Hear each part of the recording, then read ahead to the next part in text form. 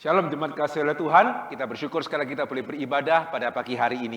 Panggilan ibadah akan diambil dari Mazmur pasal yang ke-14 ayatnya yang ke-7. Ya, datanglah kiranya dari Sion keselamatan bagi Israel. Apabila Tuhan memulihkan keadaan umatnya, maka Yakub akan bersorak-sorak, Israel akan bersukacita. Jemaat dikasih oleh Tuhan, pada waktu kita membaca ayat-ayat seperti ini, kita perlu menyadari bahwa ayat-ayat seperti ini seringkali dituliskan sebelum Tuhan memulihkan dan bukannya sesudah Tuhan memulihkan. Jadi orang-orang Israel, mereka percaya kepada Tuhan sehingga bahkan sebelum Tuhan memulihkan mereka meyakini Tuhan akan memulihkan keadaan umatnya dan mereka akan bersorak-sorak dan bersukacita. Mari sebagai sama-sama orang yang beriman kepada Tuhan, biarlah kita juga boleh mengamini hal yang sama dan marilah kita menyatakannya di dalam ibadah kita pada pagi hari ini. Mari dengan sungguh-sungguh kita beribadah mulai awal, pertengahan, hingga pada akhirnya. Jemaat, mari kita mempersiapkan hati kita. Kita masuk di dalam saat teduh.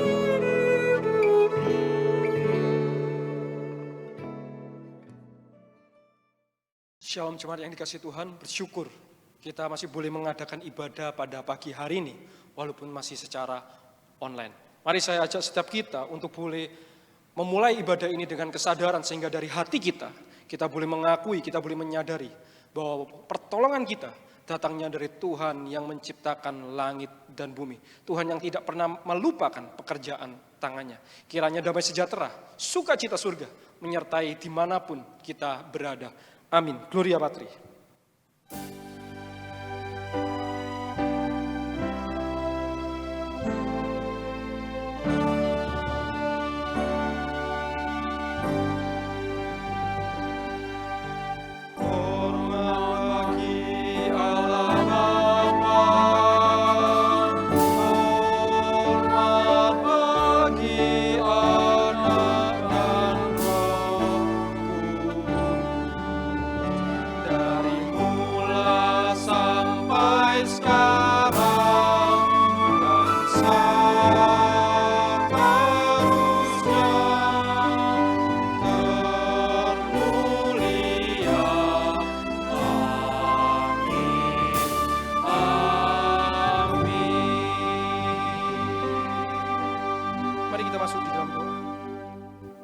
Tuhan, terima kasih sekali lagi untuk penyertaan-Mu di dalam setiap hidup kami.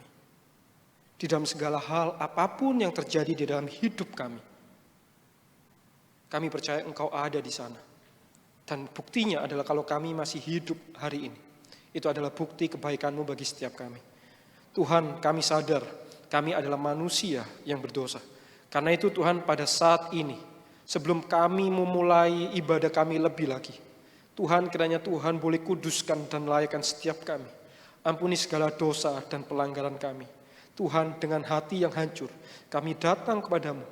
Kami mengakui betapa berdosanya diri kami. Kiranya anugerah-Mu ada di setiap kami Tuhan. Engkau boleh hadir melawat setiap kami dimanapun kami berada.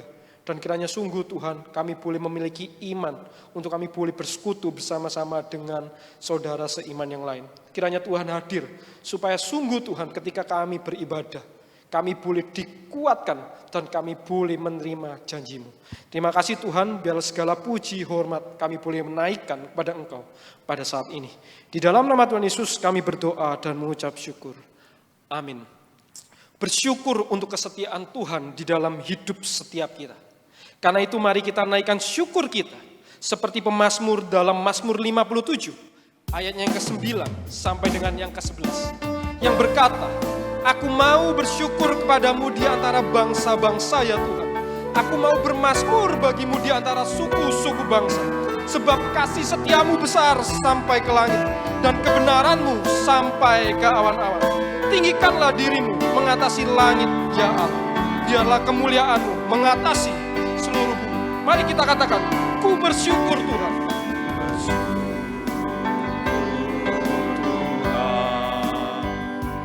Oh, puji namamu di antara semua bangsa di bumi.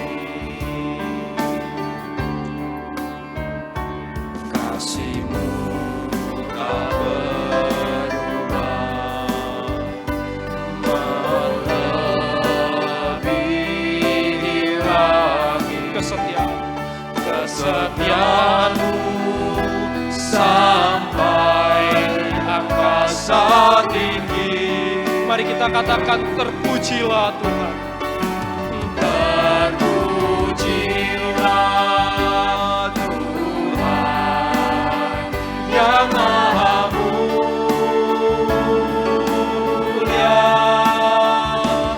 Kemuliaan-Mu di tempat maha tinggi. Terpujilah Tuhan. Terpujilah Tuhan yang Maha Mulia. Kemuliaan-Mu di tempat maha tinggi. Haleluya. Mari kita kembali naikkan pujian ini dari awal. Kita katakan, ku bersyukur Tuhan.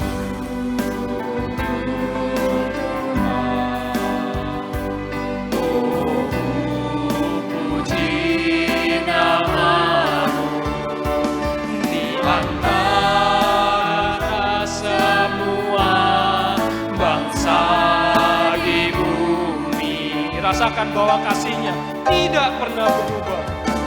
Kasih-Mu tak berubah,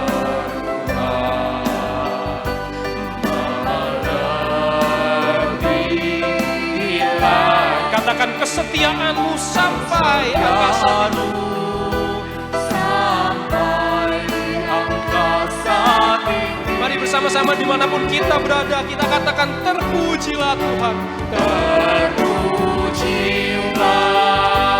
Tuhan yang Maha Mulia. Kemuliaan-Mu di tempat maha tinggi. Sekali lagi katakan, terpujilah Tuhan. Terpujilah Tuhan yang Maha Mulia. Katakan, kemuliaan-Mu, kemuliaan-Mu.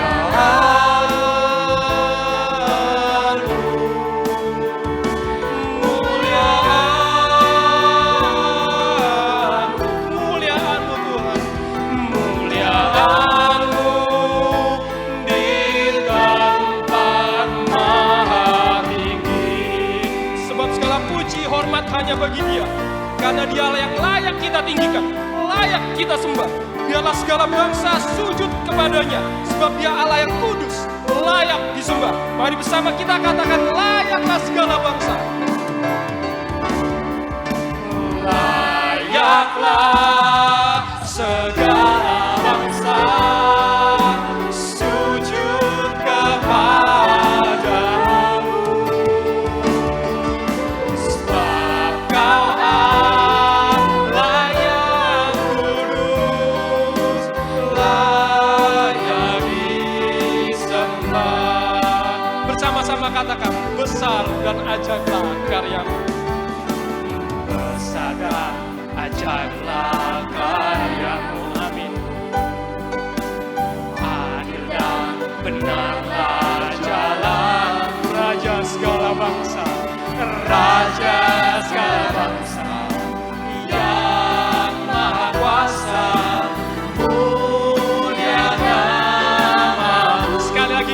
katakan besar dan ajaiblah karyamu. Besar dan ajaiblah karyamu. Adil dan benarlah jalanmu Tuhan. Adil dan benarlah jalan. Raja segala bangsa, Raja segala bangsa yang maha kuasa, mulia nama-Mu. bersama-sama kita katakan layaklah segala bangsa. Layaklah segala bangsa sujud kepadamu, sebab Kau Allah yang kudus, layak disembah. Mari bersama-sama sekali lagi kita katakan layaklah segala bangsa datang sujud menyembah.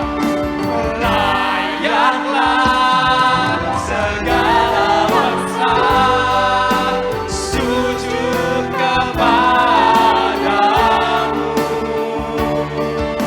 sebab Kau Allah yang kudus, layak disembah. Sebab Kau Allah yang kudus, Sebab Kau Allah yang kudus, yang disembah.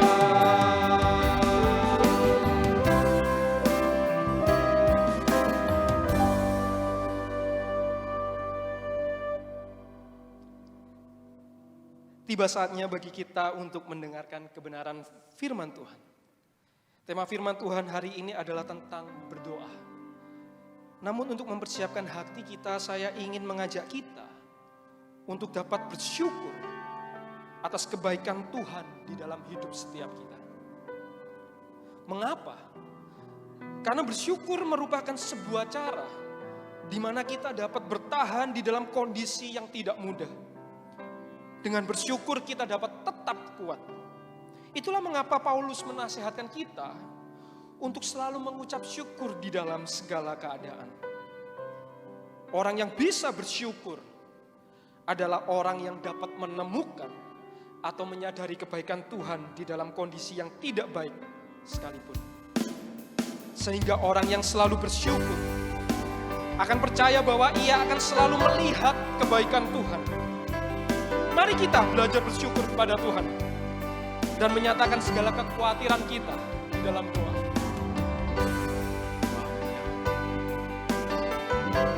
Kita akan pujian, ku bersyukur Bapa. Katakan banyak yang Kau perbuat. banyak yang Kau perbuat Di dalam hidup kami Tuhan. di dalam Rancangan indah rancangan indah terjadi di hidupku. Bapa yang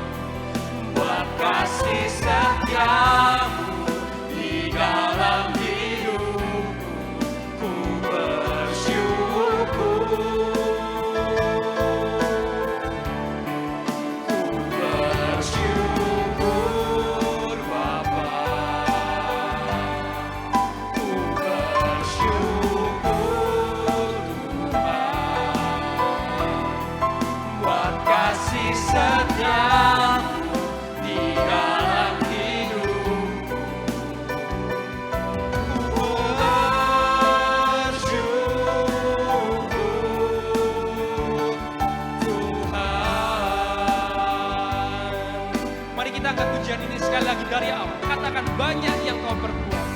Banyak yang kau perbuat di dalam hidupku. Rancangan indah terjadi di hidupku. Bapa yang mengerti segala yang ku perlu. Kasih-Mu sempurna nyata dalam hidupku.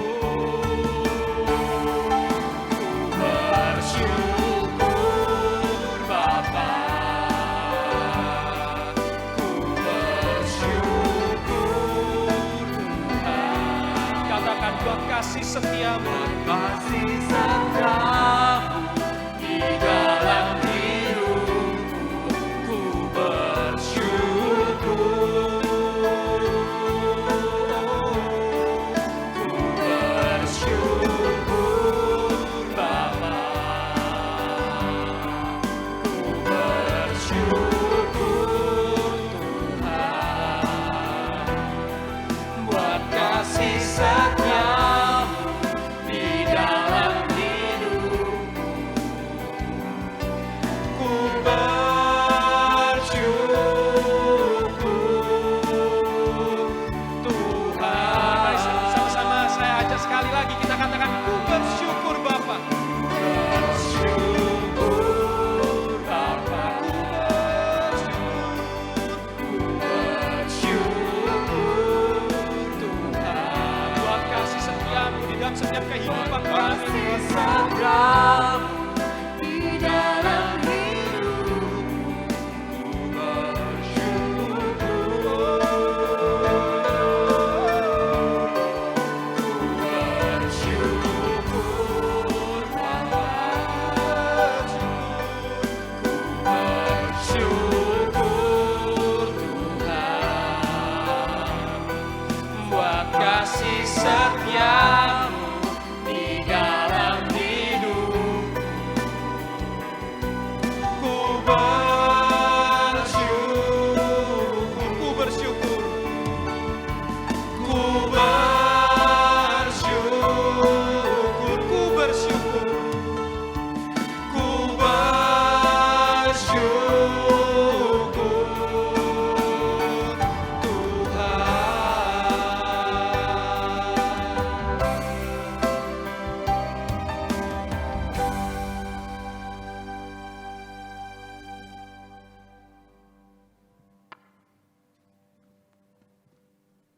Mari kita berdoa sebelum kita merenungkan bagian firman Tuhan. Bapa di surga, saat ini kami mau belajar dari bagian firman Tuhan. Roh Kudus menolong kami supaya kami mengerti bagian firman Tuhan ini dan kami bisa melakukannya. Di dalam nama Tuhan Yesus kami berdoa. Amin. Kita akan merenungkan bagian firman Tuhan dari Matius 7. Matius 7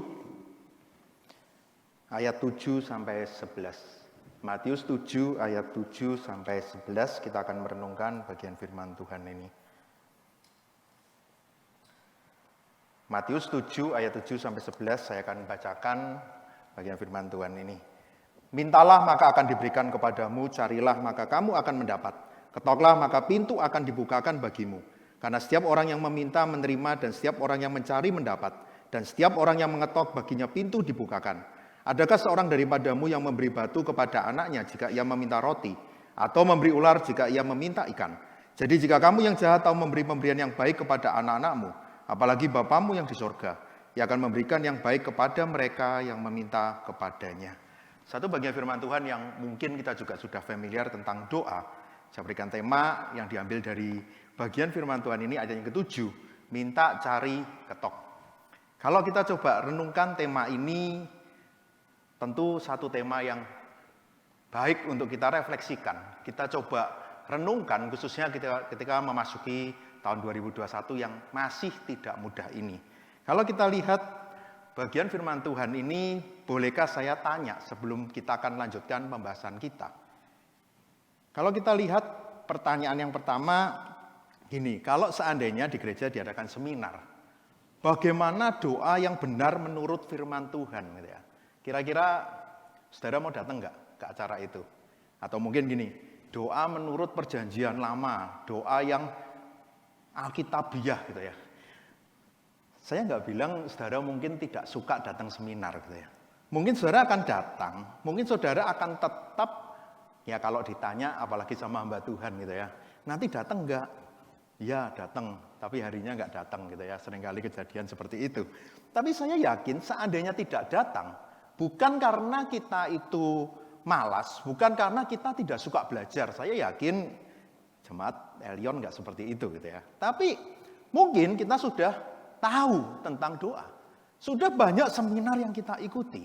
Yang mungkin kalau datang lagi ya aku nggak butuh ilmunya lagi, aku sudah tahu. Oke, sekarang bagaimana kalau seminarnya judulnya diganti gitu ya. Kayak di slide ini ditulis cara ampuh agar doa dikabulkan gitu ya. Kira-kira gimana saudara? Kalau diberikan judul cara ampuh supaya doa dikabulkan, kira-kira saudara tertarik nggak dengan ini? Atau mungkin kita berikan tema yang lain yang lebih menarik. 5 rahasia doa yang pasti akan dikabulkan oleh Tuhan gitu ya. Wah, saya yakin ya kita mungkin sedikit wah datang nggak ya. Tapi ini menarik ini. Aku sekarang butuh jawaban doa yang cepat. Aku butuh kepastian, aku butuh satu keyakinan dan ini kayaknya akan menarik ketika aku bisa datang. Kenapa? Karena kan kita harus cepat bertindak gitu ya. Dan mungkin nanti kalau seminar ini diadakan, ya tentu kita belum mau mengadakan seminar dengan tema ini, cara ampuh supaya doa dijawab. Tapi kalau kita akan adakan tema ini, mungkin bacaannya juga dari ayat yang kita baca ini tadi. Minta, cari, ketok, maka semua akan diberikan. Wow, rasanya luar biasa gitu ya. Hari ini saya mengajak kita memikirkan tema ini, kenapa? Seringkali di dalam kehidupan kita sebagai anak Tuhan, di dalam kehidupan doa kita, ada kalanya mungkin kita tahu, tapi kita ragu. Apa ya doaku itu dijawab oleh Tuhan? Aku tahu aku harus berdoa, tapi ini tidak mudah. Tapi ada orang yang lain yang mungkin dia nggak terlalu banyak belajar tentang dasar-dasar berdoa. Tapi dia menghidupi itu. Dia sangat yakin akan kuasa doa. Sampai mungkin orang seperti ini biasanya akan bilang, ya doa pasti akan dikabulkan oleh Tuhan. Wah, kamu kurang beriman kalau belum dikabulkan. Makanya kamu harus yakin, kalau enggak ya Tuhan enggak akan dengar doamu. Saudara, apapun yang saat ini selama ini menjadi kehidupan doa kita. Di dalam renungan ini saya mengajak kita memikirkan bagaimana kita seharusnya berdoa. Saudara, kalau lihat bagian firman Tuhan ini, kita mulai dari ayat yang ke-7. Mintalah maka akan diberikan kepadamu, carilah maka kamu akan mendapat. Ketoklah maka pintu akan dibukakan bagimu. Saudara, yang menarik dari ayat ini, dimulai dengan apa? Ada 3 undangan dan juga 3 janji. Ada yang mengatakan 3 perintah dan 3 jaminan. Oke, kita gabungkan aja gitu ya. Jadi ada 3 perintah, undangan, tapi juga ada 3 janji dan 3 jaminan. Kira-kira gini penjelasannya. Tuhan kan berikan ayat ini kan, mintalah maka akan diberikan. Berarti kan Tuhan Yesus sendiri yang izinkan untuk kita berdoa kan. Mengundang kita untuk berdoa. Tapi kalau kamu sudah diundang, sekarang minta. Berarti kan itu perintah kan. Setelah itu, maka akan diberikan kepadamu. Itu janji yang Tuhan berikan. Saudara, kalau lihat bagian firman Tuhan ini, baru yang pendahuluannya, jadi menarik saudara. Ternyata kehidupan berdoa itu adalah undangan dari Tuhan. Kita diundang untuk datang kepada Tuhan untuk menerima janji itu. Kita diundang. Kalau kita lihat ayat pembuka ibadah tadi, ketika orang-orang masih menantikan pembebasan itu, mereka belum mendapatkan kelepasan, mereka belum dipulihkan, tapi mereka bisa bersorak-sorai, mereka yakin akan janji Tuhan. Sama saudara, ketika kita menjalani kehidupan iman kita, ketika Tuhan berikan perintah-perintah, gitu ya, artinya Tuhan izinkan kita berproses di masa itu. Matius 6 ayat 33, carilah dahulu kerajaan Allah dan kebenarannya, semua akan ditambahkan kepadamu. Tapi saudara, kadang kita lupa. Kita menjalani kehidupan rohani kita dengan terpaksa.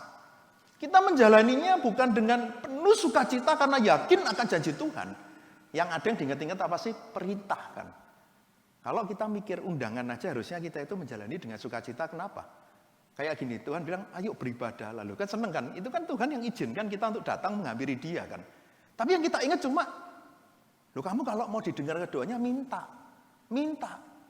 Cari. Waduh ya capek kalau harus minta, harus cari. Sebenarnya kehidupan rohani itu indah.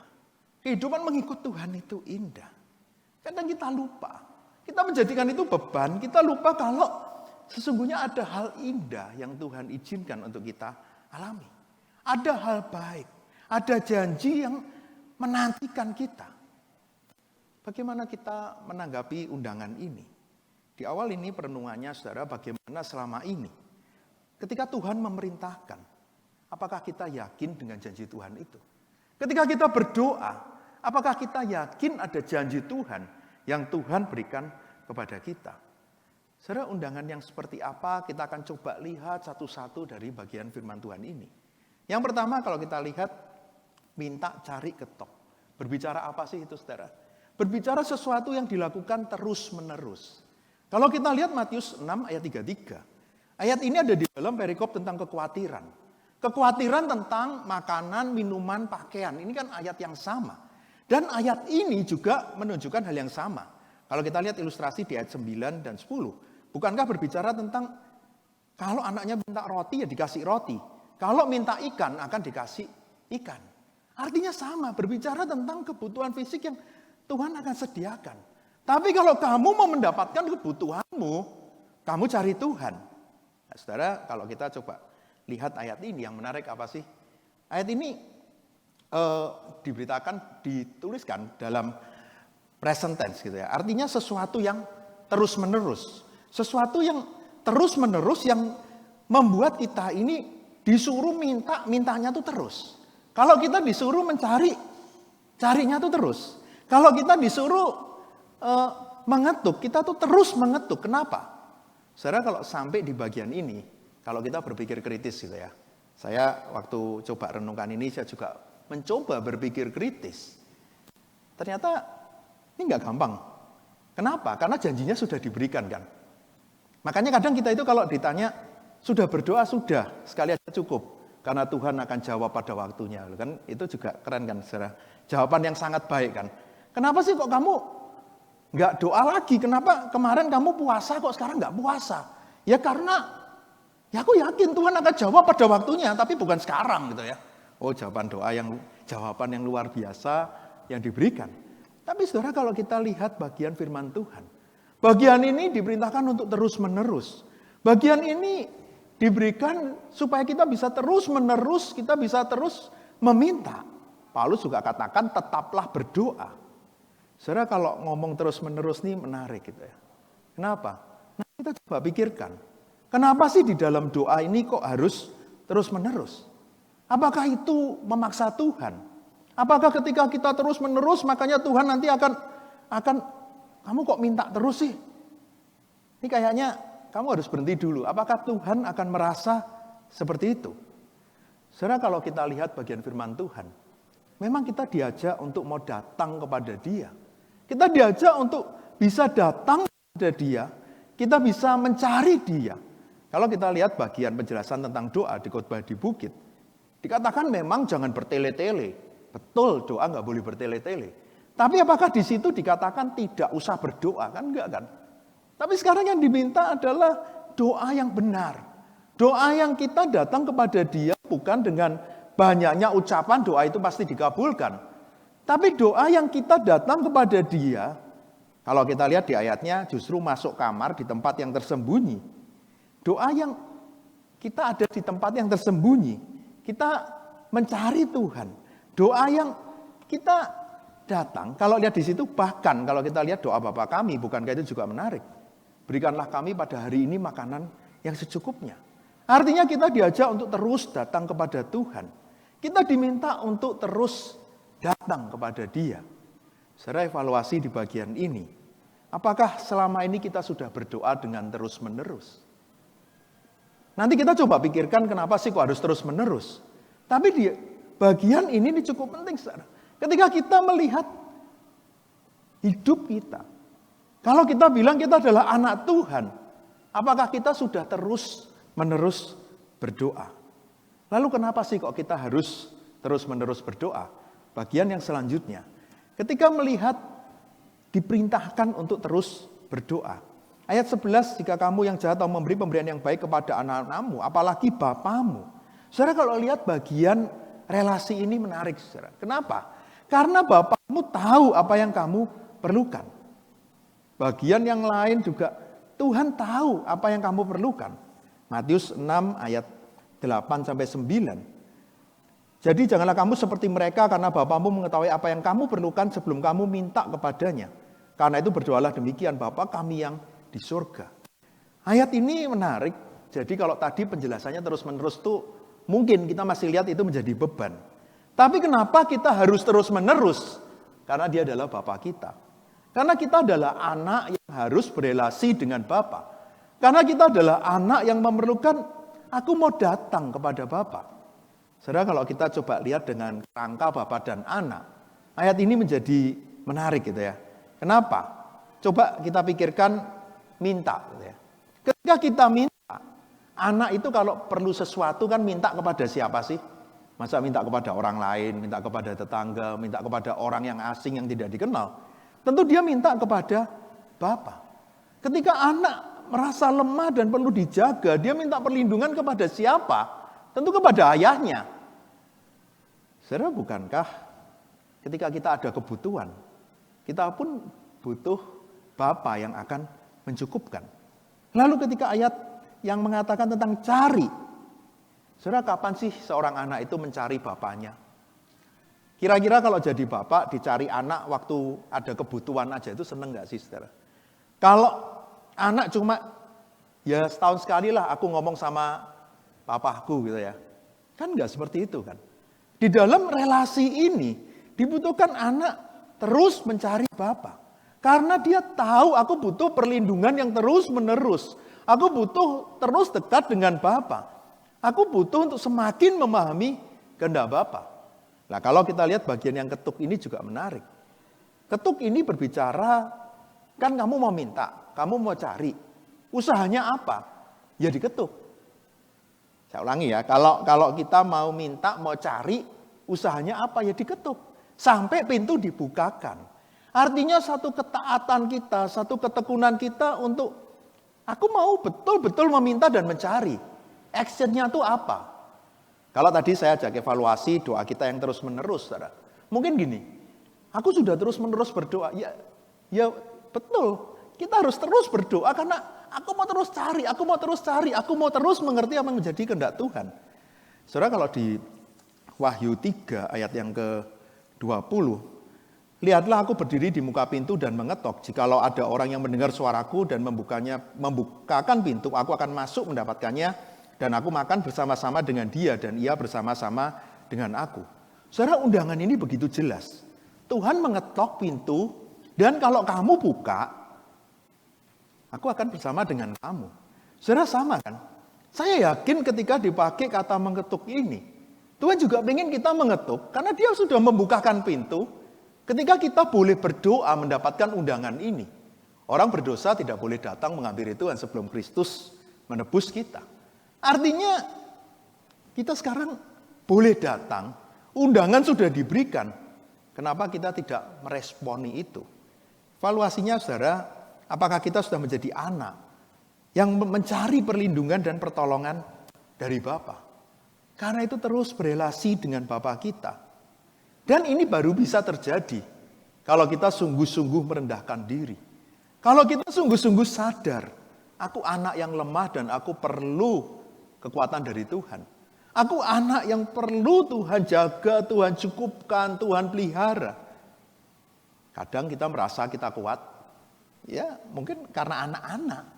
Tuhan pun tahu kita orang berdosa yang mungkin seperti anak-anak yang seringkali mengabaikan, aku kuat kok. Mungkin kita jatuh pun gak mau ditolong karena aku kuat. Apa betul sih kita itu kuat, saudara? Ketika kita sudah merenungkan bagian firman Tuhan ini, Bagian yang pertama tadi terus-menerus berdoa. Kenapa? Karena dia adalah Bapa dan kita adalah anak.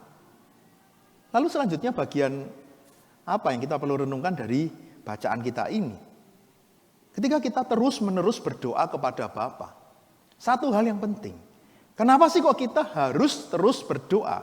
Tadi ada dua bagian di khotbah ini, di bacaan ini. Yang pertama kan ada undangan, ada perintah. Kemudian ada janji dan jaminan. Sekarang kalau kita masuk bagian, tadi kan undangan. Jadi kan, ayo terus-menerus berdoa. Ayo terus-menerus mencari Bapa. Kenapa? Karena ada janji, ada jaminan. Dan itu yang membuat kita yakin. Saudara, ketika kita melihat bacaan ini, Tuhan yang mengundang kita untuk berdoa kan. Mintalah. Jadi Tuhan, ya aku tahu yang terbaik buat kamu. Tapi mintalah. Ayo datang kepadaku. Ayo cari aku. Ayo terus ketok pintu itu, maka aku akan bukakan. Saudara, siapa yang berinisiatif? Siapa yang aktif di dalam kehidupan rohani kita, khususnya di dalam berdoa? Saudara, kadang kita merasa, aku yang berusaha, aku yang berjuang. Siapa yang berjuang? Di sini Tuhan yang mengundang, dia yang aktif, dia yang berinisiatif untuk kita datang kepada dia. Saudara, ini menarik ya saudara. Kita ini diundang. Kita ini cuma diajak untuk apa? Meresponi undangan itu. Baru setelah diundang, kita itu baru meresponi. Setelah itu pun janji diberikan oleh siapa? Oleh Tuhan lagi kan. Jadi saudara, lihat ya, Tuhan undang, Tuhan yang berinisiatif. Manusia meresponi, oke itu tindakan kita. Tapi kemudian Tuhan juga yang memberikan janji itu kan.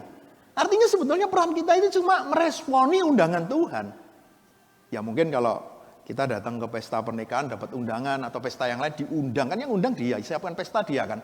Tinggal kita mau datang atau tidak kan. Oke kita datang kan sudah disiapkan. Ya mungkin janji itu makanannya keluar kan gitu ya. Kita menikmati pesta aja terus kita pulang kan. Yang harus kita lakukan apa? Aku datang ke pesta itu. Usahanya ya usaha datang ke tempat pesta kan, usaha mencari pakaian yang baik, usaha untuk mempersiapkan diri untuk menghadiri acara itu. Saudara, inilah kehidupan doa. Dia yang berinisiatif. Kalau Tuhan yang berinisiatif seharusnya kita yakin. Dia yang nyuruh dan dia yang sudah berjanji. Artinya kita harus yakin dengan apa yang Tuhan perintahkan ini. Lalu yang kita juga harus yakini apa? Kalau kita lihat di bacaan firman Tuhan tadi Matius 6:33 juga berbicara tentang carilah. Sebelumnya kan tentang makanan, minuman, pakaian. Di ayat ini sama, di sini juga berbicara tentang roti dan juga ikan. Kalau kita buka paralelnya di Lukas 11, di situ juga berbicara tentang hal fisik, ikan dan telur gitu ya. Kalau di sana bukan ular tapi dikasih kalajengking, ular dan kalajengking yang dikasih gitu ya. Kalau bapak yang jahat, bapak yang baik pasti nggak mungkin kasih itu. Artinya ini berbicara hal-hal fisik. Tapi kalau kita lihat di Lukas 11 ayat 13, bacaan ini menjadi menarik. Karena di sana apa yang diminta, yang akan diberikan, janji itu menjadi lebih detail. Jadi jikalau kamu yang jahat tahu memberi pemberian yang baik kepada anak-anakmu, apalagi Bapamu yang di surga, yang akan memberikan Roh Kudus kepada mereka yang meminta kepadanya. Saudara, menarik. Bagian ini bukan sekedar Tuhan memenuhi kebutuhan fisik. Tapi kalau kita lihat di ayat 11, jika kamu yang jahat tahu memberi pemberian yang baik, maka ia akan memberikan yang baik kepada mereka. Pemberian yang baik ini apa? Tentu bukan berbicara hanya sekedar fisik. Kalau itu, iya itu sudah dijelaskan. Kamu jangan khawatir cari Tuhan. Lukas ini menarik. Karena ada Roh Kudus. Yang diberikan bukan hanya sekedar fisik, tapi Tuhan mau katakan bukan cuma itu, tapi aku bersama dengan engkau. Aku akan mencukupkan semua kebutuhanmu. Aku akan memberikan berkat, juga berkat rohani kepadamu. Bahkan aku selalu menolong kamu dalam segala keadaan. Saudara kalau lihat bagian ini menarik saudara, luar biasa. Kalau dipakai perbandingan Bapak di dunia aja. Mereka akan memberikan yang terbaik untuk anak-anaknya. Saya yakin tidak seharusnya kita meragukan. Kalau dia sudah memberikan Kristus mati di kayu salib bagi kita. Masa sih kita masih bilang, Tuhan aku sekarang butuh uang, aku lapar, aku butuh rumah, aku butuh pakaian, apa Tuhan bisa cukupkan? Tuhan berikan bukan hanya sekedar itu. Kalau hal yang terbaik pun dia sudah sediakan. Saya yakin kebutuhan fisik dia akan sediakan. Saya yakin dia akan cukupkan. Tapi ini bukan yang paling utama yang kita cari. Saudara, kalau sampai di bagian ini, kira-kira kesimpulannya apa sih? Kan kita harus berdoa terus-menerus, kita harus berelasi, kita harus yakin. Saudara, mungkin catatan yang kita perlu perhatikan, bagian selanjutnya. Di dalam berdoa, jangan sampai kita salah berdoa. Artinya, kita terus-menerus berdoa, ternyata yang kita minta itu salah, yang kita doakan itu salah. Atau mungkin kita mencari, tapi yang kita cari itu ternyata bukan seharusnya yang Tuhan mau.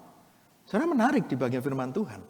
Ketika doa kita tidak sesuai dengan apa yang Tuhan mau, ketika kita berseru kepada Tuhan, Tuhan bisa tidak mendengar doa kita. Tuhan bisa tidak mengabulkan kalau kita salah berdoa. Ketika kita berdoa dengan cara yang tidak benar, misalnya Matius 6 ayat yang ke-7. Lagi pula dalam doamu itu janganlah kamu bertele-tele seperti kebiasaan orang yang tidak mengenal Allah. Mereka menyangka bahwa karena banyaknya kata-kata doanya akan dikabulkan. Tuhan tidak dengarkan doanya. Karena mereka merasa dengan banyaknya kata-kata Tuhan akan dengar. Bukan itu yang Tuhan mau. Tapi langsung dibandingkan kamu masuk ruangan yang tersembunyi. Masuk kamarmu. Saudara, yang menarik ya kalau kita coba pikirkan ayat ini. Kalau berdoa masuklah ke kamarmu, tutuplah pintu dan berdoalah kepada Bapamu yang di tempat tersembunyi. Saudara, bayangan rumah zaman itu jangan kayak zaman sekarang, saudara. Tiap orang kamarnya satu-satu bisa dikunci, nggak bisa diganggu gitu ya. Zaman itu semua tinggal bersama. Mereka mungkin nggak punya kamar pribadi, tapi ayat ini diberikan, kamu berdoa itu pribadi. Iya, memang masih ada yang lain loh, masih kelihatan yang lain. Jadi habis ini kalau kita lihat ayat ini pun jangan, aku mau doa, usir semua gitu ya. Kalau kamarnya bareng orang lain, keluar dari kamar, aku harus berdoa di kamar, harus aku kunci, semua harus di luar. Enggak. Tapi berbicara, tadi ingat, relasi. Berbicara satu kepercayaan, keyakinan. Anak yang yakin kepada bapaknya. Saudara, itu yang Tuhan mau. Karena itu jangan salah berdoa terus memaksakan. Kalau kita terus minta dan salah berdoa, Tuhan bisa tidak kabulkan itu. Tapi Tuhan akan dengarkan doa kita. Ketika apa yang kita minta sesuai dengan kehendaknya. Ketika kita minta sama dengan apa yang Tuhan mau. Kita akan melihat akan ada hal yang luar biasa. Ternyata Tuhan berikan jauh melampaui apa yang kita bisa pikirkan. Karena itu kalau kita coba renungkan doa kita. Selama ini bagaimana doa kita? Doa yang luar biasa itu apa? Misalnya Matius 17 ayat 20. Ia berkata kepada mereka, karena kamu kurang percaya. Sebab aku berkata kepadamu, sesungguhnya sekiranya kamu mempunyai iman sebesar biji sesawi saja, kamu dapat berkata kepada gunung ini, pindah dari tempat ini ke sana, maka gunung ini akan pindah. Dan tak akan ada yang mustahil bagimu. Saudara, kalau kita sungguh-sungguh di dalam kehendak Tuhan, Tuhan bisa lakukan karya yang besar di dalam hidup kita. Ketika kita menjadi anak yang terus-menerus berdoa, anak yang yakin kalau Bapakku tuh tahu yang terbaik. Jadi kita datang bukan memaksa punya semua agenda kita, tapi Tuhan, aku mau sungguh-sungguh berserah kepadamu. Aku yakin Engkau akan berikan yang terbaik. Jadi kita harus mencari yang baik. Bukan sekedar kebutuhan fisik, tapi juga berkat rohani itu. Kalau tadi Roh Kudus diberikan, artinya Tuhan, aku mau Engkau yang berkuasa di dalam hatiku, aku mau sungguh-sungguh dekat dengan Engkau. Saudara, hal yang baik itu yang kita minta. Kadang kalau ada yang ulang tahun, biasanya saya tanya, mau didoakan apa gitu ya. Mungkin yang sekarang ikut ibadah ini ada yang pernah saya tanya gitu ya. Ada yang mungkin salah tanya, salah jawab gitu ya. Jadi kan saya tanya, mau didoakan apa? Terserah, jangan terserah. Oh ya, supaya saya lebih dewasa imannya. Biasanya saya jawab, semoga hidupmu penuh masalah gitu ya. Wah, kan nggak enak ya saya. Bayangkan, orang ulang tahun didoakan penuh masalah gitu ya. Lu kok jahat? Ya, kan iman kita bertumbuh lewat apa? Kadang lewat penderitaan kan gitu ya. Lah kamu sih salahnya nggak minta yang baik-baik ya tak kasih. Itu baik juga di dalam rancangan Tuhan. Saudara kalau lihat ini kayaknya guyon ya saudara. Tapi betul kan? Kalau saudara habis ini jangan takut ya kalau saya tanya pokok doa, jawablah gitu ya. Tapi betul, seringkali kita merasa ya doa itu harus yang baik-baik semua, terus imanku nanti bertumbuh. Ya gimana caranya bertumbuh? Mungkin kita kalau ditanya mau didoain apa? Sekarang baru banyak tantangan. Mungkin Tuhan belum lepaskan. Tapi doakan aku kuat menghadapi masa-masa ini. Bukankah itu luar biasa, saudara? Jadi kalau kita mau sungguh-sungguh datang kepada Bapa, mintalah yang benar. Kita sungguh-sungguh mencari apa yang menjadi kehendak Tuhan. Dan biarkan Roh Kudus yang berbicara di dalam hati kita, memampukan kita, menolong kita. Di masa ini bukan masa yang mudah. Tapi bagian firman Tuhan ini, kenapa saya pilih bacaan ini? Supaya kita terus-menerus datang kepada Tuhan. Supaya kita terus-menerus mencari Bapa. Supaya kita sungguh-sungguh yakin ada berkat rohani itu adalah yang terbaik yang Tuhan sediakan bagi kita.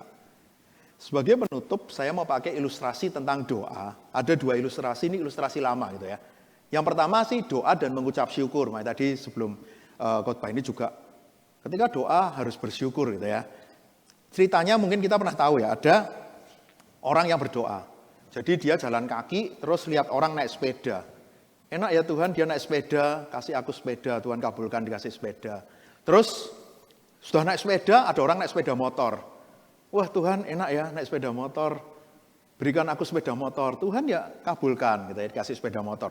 Sudah naik sepeda motor, lewat mobil. Loh kok enak ini mobil? Kenapa aku sepeda motor? Tuhan aku minta mobil, oke dikasih mobil. Mobil aja juga masih ribet kan, mobilnya nanti biasa, mobil mewah lewat gitu ya. Tuhan kenapa mobilnya kok kayak gini, mobilnya yang kayak itu gitu ya. Akhirnya oke, Tuhan jawab lagi dikasih mobil yang mewah.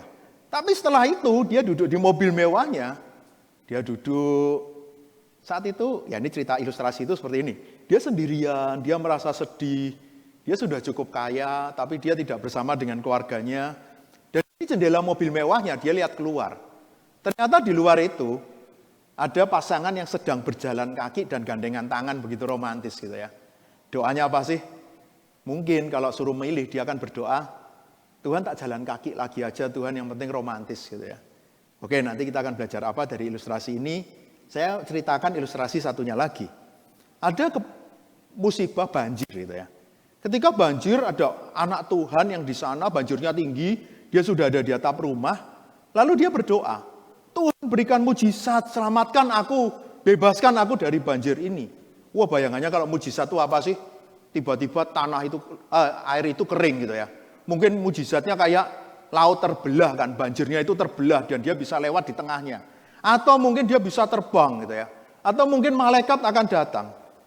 Dia menunggu mujizat itu. Ternyata yang terjadi apa? Datang perahu gitu ya, nggak terlalu bagus lagi. Dia, enggak, aku doa menantikan mujizat Tuhan kok, bukan nunggu perahu. Jelek lagi kan gitu ya. Kemudian datang perahu yang lain, kemudian ada helikopter. Enggak, Tuhan kan bisa mengirim malaikatnya buat aku terbang, ngapain sih kok ada helikopter gitu ya. Singkat cerita, mati gitu ya.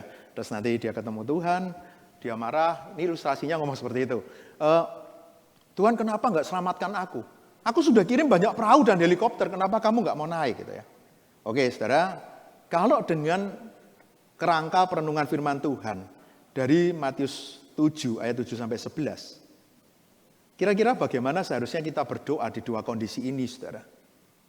Apakah ketika kita jalan kaki kita tidak boleh berdoa, Tuhan aku pengen punya mobil itu, boleh enggak sih? Tuhan aku mau minta mobil, atau kita mungkin jadi orang yang bersyukur, Tuhan aku tak jalan terus saja Tuhan, hidup itu penuh ucapan syukur, terima kasih. Saudara boleh enggak sih kita doa minta mobil, Saudara? Boleh. Tapi cari tahu kehendak Tuhan kenapa kita harus minta mobil. Mungkin doanya, ya Tuhan aku mau minta mobil. Karena aku tahu di gereja itu banyak orang butuh dijemput gitu ya. Kalau aku punya mobil aku bisa jemput. Kalau aku cuma naik motor harus bolak-balik terus gitu ya. Dulu waktu zaman pemuda, saya ingat kami pengurus itu naik sepeda motor di gereja saya gitu ya. Naik sepeda motor, kalau ada yang hampir semua nggak punya mobil karena mahasiswa. Kalau ada yang minta diantar pulang, kalau 1-2 orang itu enak. Kadang itu bisa 5 orang lebih. Ya naik motor satu-satu dibawa pulang. Yang kasihan, kadang yang harus menunggu paling terakhir itu siapa sih? Pacarnya kan gitu ya. Ya dulu istri saya termasuk yang harus menunggu paling belakang untuk diangkut gitu ya. Jadi dia di gereja nunggu, saya harus nganter terus satu-satu karena nggak punya mobil gitu ya. Kalau gitu boleh kan kita doa, Tuhan aku minta mobil. Oke, kalau kita mau berdoa minta itu, mungkin doanya jangan minta mobil mewah kan. Kalau bisa mobil sport yang 2 penumpang, yang keren, enggak kan? Doanya sekalian aja minta, Tuhan aku minta bis yang besar, minta mobil yang besar, yang mungkin bisa mengangkut banyak orang. Saudara nangkep ya? Kalaupun memang belum dikasih, mungkin dievaluasi lagi. Tuhan kenapa sih kok belum dijawab? Mungkin ya. Nah kita belum bisa nyetir kok. Ya belajar nyetir dulu kan. Mungkin belum punya SIM gitu ya. Belum punya SIM, belum bisa nyetir, minta mobil besar terus gitu ya. Artinya kita belajar untuk kalau memang belum dikasih pun aku bisa bersyukur. Lalu bagaimana dengan kisah banjir tadi, saudara? Saudara kadang kita tidak peka. Karena kita punya agenda kita kan. Karena kita berdoa memaksakan apa yang kita pikirkan dan kita, Tuhan, apa kamu tahu sih yang terbaik buat aku? Saudara, lalu harusnya gimana sih? Kalau ada perahu lewat, kita langsung lompat, ambil perahu itu, aku harus selamat. Ini cara Tuhan menyelamatkan aku. Saudara, saya ajak kita mikir satu hal yang menarik ini. Seandainya di sebelah kita itu ada orang tua gitu ya. Dan ternyata kapasitas perahu itu cuma 1 orang. Nah kira-kira saudara gimana? Perahu ini mujizat dari Tuhan, aku harus lompat ke sana. Saudara mungkin kita harus berikan tempat itu untuk orang tua yang ada di sebelah kita dulu kan. Mungkin kita masih harus menunggu kan. Mungkin kita masih harus menantikan jawaban doa dari Tuhan. Dan bisa jadi nggak ada perahu lain lagi yang lewat gitu ya. Tapi bisa nggak sih Tuhan bekerja dengan cara yang lain? Akhirnya kita nekat nyemplung, ternyata kita diberikan kekuatan yang luar biasa untuk berenang. Bisa kan saudara? Saya nggak bisa berenang gitu ya. Mungkin saya bayangkan di kejadian itu, saya berdoa, perahunya saya kasih ke orang. Ada helikopter, ya ada orang tua lagi, ambil itu aja. Terus saya gimana? Lompat berenang gitu ya. Dan hari itu mujizat terjadi, saya bisa berenang. Sampai ujung, habis itu nggak pernah bisa berenang lagi. Bisa kan? Semoga kita bisa berdoa dengan benar. Tidak usah mencari seminar cara ampuh agar doa dikabulkan. Nggak usah, saudara. Sudah jelas akan dikabulkan, dia akan berikan. Yang harus dilakukan, terus-menerus cari dia. Yakin dia adalah Bapa yang tahu apa yang terbaik untuk anak-anaknya. Yakinlah dia akan memberikan berkat jauh melampaui apa yang kita bisa pikirkan. Berkat rohani yang terbaik dia sudah berikan. Nggak ada alasan untuk khawatir. Kalau Kristus sudah mati buat kita, nggak ada alasan kita takut. Tuhan nanti jawab nggak? Tuhan kasih nggak? Tuhan tolong nggak? Saudara, apapun yang saat ini menjadi pergumulan kita. Mungkin kehidupan kita pribadi. Terus doakan. Apa yang Tuhan mau untuk hidupku? Kalau mungkin kita bergumul dengan keadaan keluarga kita. Apa yang Tuhan mau untuk keluargaku? Kalau kita bergumul dengan pekerjaan kita, apa yang Tuhan mau di dalam bisnisku saat ini? Kalau kita bergumul dengan gereja kita, dengan bangsa kita, apa yang Tuhan mau? Saudara terus-menerus berdoa. Yakinlah dia Bapa tahu yang terbaik untuk kita. Yakinlah dia akan menjawab doa-doa kita. Bahkan Roh Kudus yang diberikan itu akan menolong kita untuk bisa berdoa. Saudara, undangan dan jawaban adalah inisiatif Tuhan. Bagian kita di mana sih, saudara? Minta, cari, ketuk. Mari kita berdoa. Bapa di surga, inilah kami anak-anak-Mu. Terima kasih Tuhan. Kau adalah Bapa yang begitu mengasihi kami. Bapa yang tahu apa yang terbaik bagi anak-anak-Mu. Terima kasih Tuhan. Ampuni kalau seringkali kami belum mencari Engkau. Kami mau terus-menerus berdoa ketika undangan itu sudah Kau berikan. Karena Kristus mati di kayu salib membuat kami sekarang boleh berdamai dengan Tuhan dan kami boleh berdoa. Kami mau terus-menerus berdoa, tidak mau menyia-nyiakan waktu ini. Karena kami mau terus dekat dengan Bapa. Ampuni Tuhan, seringkali kami tidak yakin kalau Engkau akan menjawab doa kami. Biarlah kami belajar untuk kami yakin. Karena Engkau adalah Bapa yang tahu apa yang terbaik bagi kami. Dan Engkau pun adalah Tuhan pencipta, Tuhan penguasa segalanya. Bahkan kami tahu hal yang terbaik sudah Engkau berikan. Berkat rohani itu. Kristus mati bagi kami. Roh Kudus saat ini diberikan juga bersama dengan kami untuk menolong kami, menghibur kami. Terima kasih Tuhan. Biarlah kami bisa terus datang di dalam doa. Kami terus mencari Tuhan. Undangan doa adalah inisiatif Tuhan. Jawaban doa juga inisiatif Tuhan. Tapi yang harus kami lakukan, kami terus meminta, kami terus mencari, dan kami terus mengetuk. Kami mau terus mencari Engkau. Di dalam nama Tuhan Yesus kami berdoa. Amin. Bersama dengan gereja di segala dan tempat kita akan mengikrarkan pengakuan iman kita. Pengakuan iman rasuli. Aku percaya kepada Allah, Bapa yang Maha Kuasa, Khalik langit dan bumi. Dan kepada Yesus Kristus, anaknya yang tunggal Tuhan kita. Yang dikandung dari Roh Kudus, lahir dari anak darah Maria. Yang menderita sengsara di bawah pemerintahan Pontius Pilatus. Disalibkan, mati dan dikuburkan, turun ke dalam kerajaan maut. Pada hari yang ketiga, bangkit pula dari antara orang mati. Naik ke surga, duduk sebelah kanan Allah, Bapa yang Maha Kuasa. Dan dari sana ia akan datang untuk menghakimi orang yang hidup dan yang mati. Aku percaya kepada Roh Kudus, gereja yang kudus dan am, persekutuan orang kudus, pengampunan dosa, kebangkitan tubuh, dan hidup yang kekal. Amin.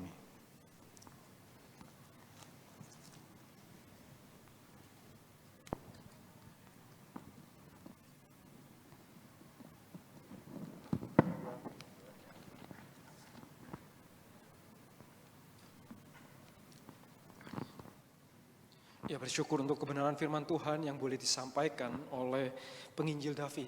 Firman Tuhan hari ini mengingatkan setiap kita bahwa ternyata doa tidaklah mudah. Kita perlu belajar untuk berdoa, belajar untuk terus mencari, belajar untuk terus meminta, belajar untuk terus mengetuk. Tuhan, ajar kami untuk berdoa. Mari kita meresponi kebenaran firman Tuhan ini dengan menaikkan sebuah pujian. Ku berserah pada Yesus, supaya kita juga boleh belajar untuk selalu berserah kepada Dia. Ku berserah pada Yesus.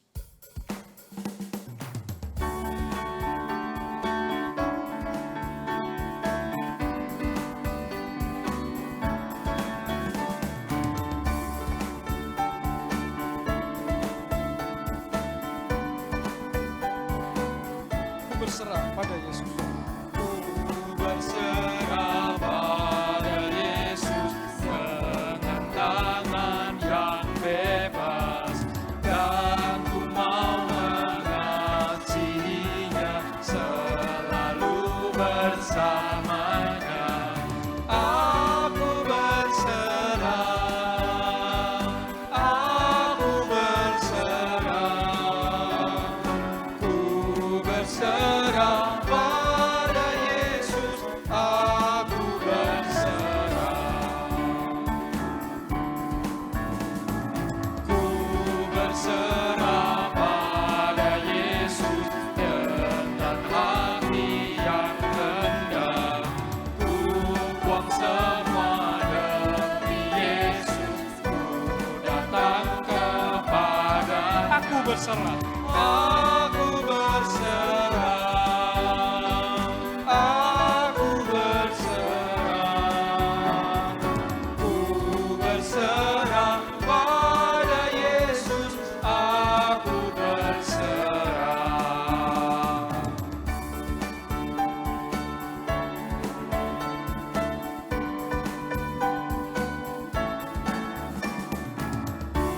Berserah pada Yesus dengan segenap jiwaku, Roh-Nya penuhi hatiku, dan Dia sungguh milikku. Aku berserah, aku berserah, ku berserah pada Yesus, aku berserah. Mari kita masuk di dalam doa. Tuhan, terima kasih Tuhan karena kebaikan-Mu selalu bagi setiap kami Tuhan. Bahkan Tuhan di dalam janji-Mu Tuhan, Engkau boleh menyatakan, sekalipun kami tidak meminta, Engkau tahu apa yang kami butuhkan. Dan Engkau boleh memenuhi itu semua Tuhan. Tetapi Tuhan bantu kami untuk kami boleh belajar berdoa secara benar. Kami boleh berdoa untuk boleh mengerti kehendak-Mu. Apa yang harus kami lakukan, apa yang perlu kami cari, apa yang perlu kami minta. Dan apa yang perlu kami ketok. Tuhan ajar kami Tuhan untuk kami sungguh boleh mengerti isi hati-Mu. Karena Engkau mengerti kebutuhan kami. Tetapi kami seringkali Tuhan tidak mengerti apa yang Engkau inginkan. Tuhan tolong kami. Biarlah kami firman-Mu hari ini boleh menolong kami untuk kami boleh berdoa lebih benar lagi. Boleh berserah, boleh semakin bergantung dan boleh semakin peduli dengan kehendak-Mu. Tuhan kiranya Tuhan juga boleh pakai untuk persembahan ini supaya boleh menjadi berkat bagi sekeliling, gereja boleh pakai untuk boleh menjadi berkat bagi sekelilingnya. Terima kasih Tuhan, dan di dalam segala keadaan kami, Tuhan tolong supaya kami boleh terus bersuka cita, kami selalu bersyukur, dan kami selalu berdoa, berserah kepada Engkau. Terima kasih Tuhan, di dalam nama Tuhan Yesus, kami berdoa dan mengucap syukur. Amin. Mari kita kembalikan segala puji, hormat kita bagi Allah Tritunggal. Doxologi.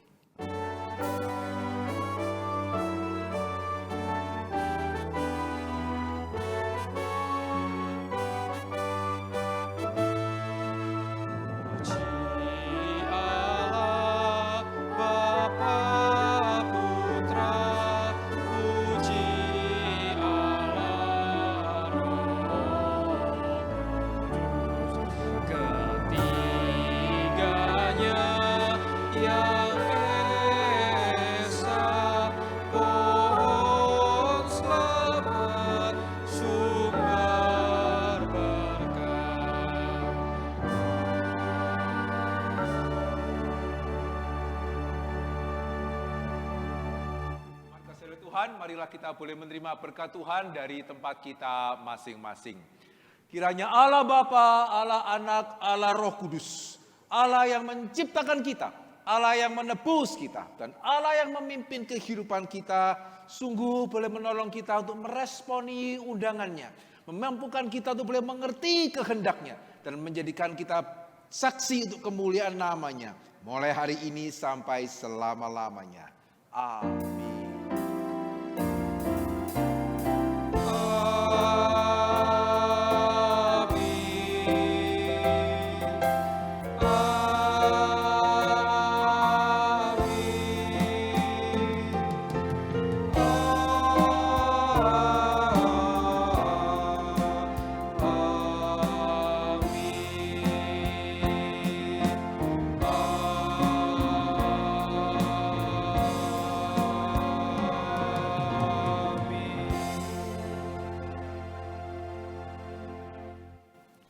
Puji Tuhan, ya kiranya firman Tuhan yang disampaikan oleh penginjil Davi boleh terus kita ingat, ya biarlah khususnya pada saat-saat seperti ini kita boleh meresponi undangan Tuhan untuk berdoa dan mencari kehendak Tuhan di dalam doa-doa kita.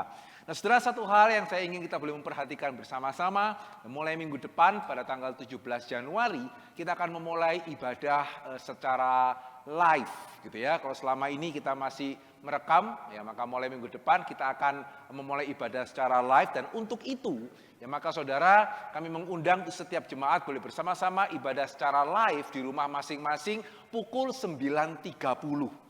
Tolong perhatikan baik-baik ya. Jadi kalau selama ini pukul 9 saudara sudah bisa mendapatkan rekaman begitu ya, dan saudara sudah bisa beribadah pada pukul 9, maka mulai minggu depan kita akan beribadah dari rumah kita masing-masing secara live pada pukul 9.30. Nah, saudara, saya tahu ya pada waktu kita beribadah di rumah kita masing-masing ya seringkali memang tidak mudah ya untuk boleh beribadah bersama-sama. Kita mungkin memilih waktu yang paling mudah bagi kita.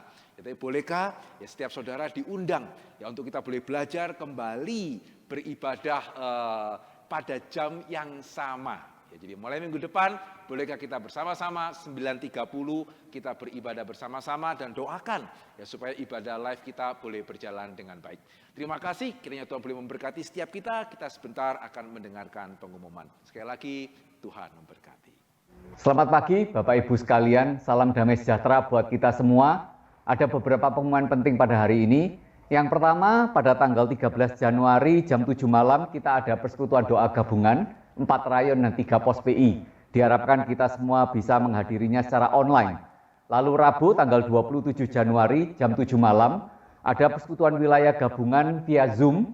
Diharapkan kita semua yang tergabung dalam persekutuan wilayah bisa mengikutinya dengan pembicara Bapak Paul Andre. Lalu ada berita suka yaitu ibadah peneguhan dan pemberkatan nikah untuk Saudara Leo Satria Adiputra dan Saudari Esther Trivena Gunawan di Gereja Elion Satelit pada Sabtu 23 Januari pukul 11 pagi. Mohon jemaat mendukung di dalam doa. Lalu yang terakhir kita ada berita duka, yaitu dengan meninggalnya almarhum Bapak Fuso Mahmud, yaitu Papa dari Farandi, umurnya 68 tahun pada 3 Januari yang lalu, dan sudah dikremasi pada Selasa 5 Januari. Segenap hamba Tuhan dan pengurus rayon mengucapkan turut berduka cita bagi Farandi dan keluarganya.